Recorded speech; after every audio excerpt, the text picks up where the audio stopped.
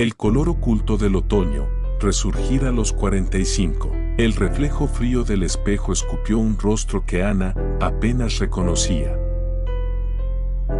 Las arrugas, antes finas líneas de expresión, se habían convertido en surcos profundos, grabados por años de silencios y sacrificios. Sus ojos, antaño chispeantes de sueños, parecían ahora dos pozos oscuros, inundados de cansancio y resignación. 45 años. Una cifra que resonaba como un eco vacío en el silencio de su habitación. 45 años.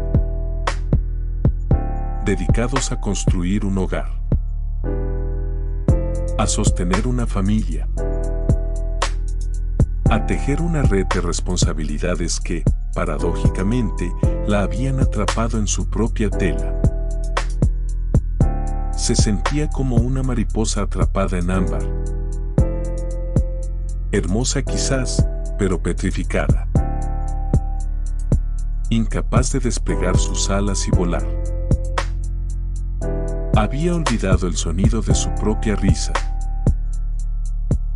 La textura de sus propios sueños.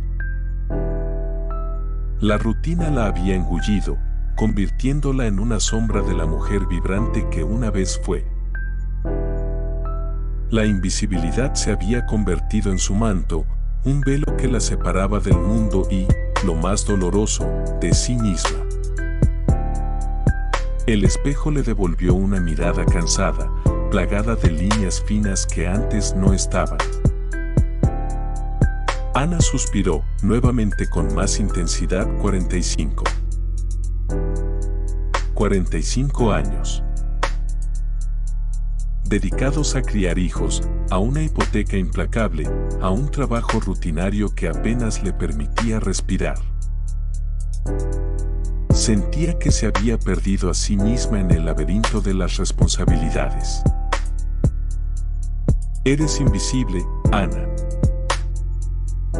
Le había dicho su hija menor, sin mala intención, pero con la crueldad de la verdad adolescente. La frase le había calado hondo, como una espina clavada en el alma. Era invisible para el mundo, para sus hijos, incluso, a veces, para sí misma. Esa tarde, mientras caminaba por el parque, el aroma a tierra mojada y hojas secas le trajo recuerdos de su infancia. Recordó a su abuela. Una mujer fuerte y resiliente que pintaba paisajes vibrantes en su pequeño estudio. Nunca dejes de alimentar tu alma, Ana, le decía. Un impulso repentino la invadió.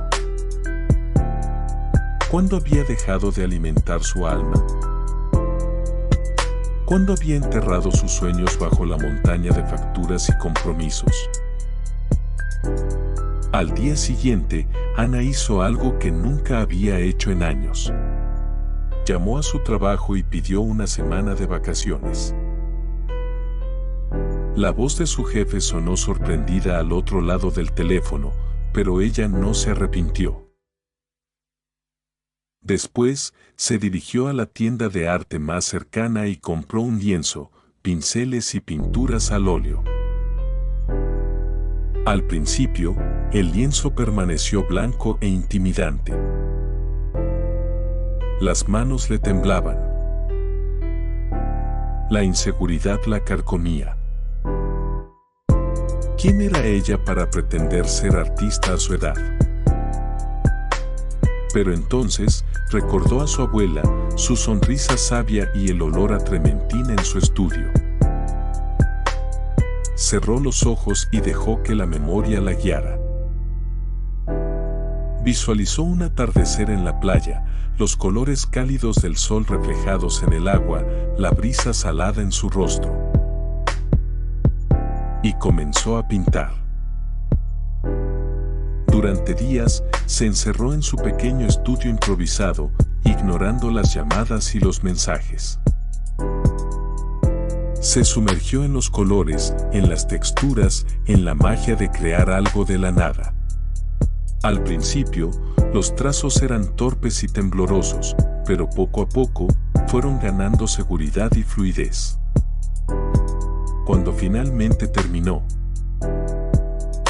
Ana contempló su obra con una mezcla de asombro y satisfacción. No era una obra maestra, pero era suya. Era la expresión de su alma, un pedazo de sí misma plasmado en el lienzo. Al terminar la semana, Ana regresó al trabajo con una nueva energía. Ya no se sentía invisible. Había descubierto una parte de sí misma que había permanecido dormida durante demasiado tiempo.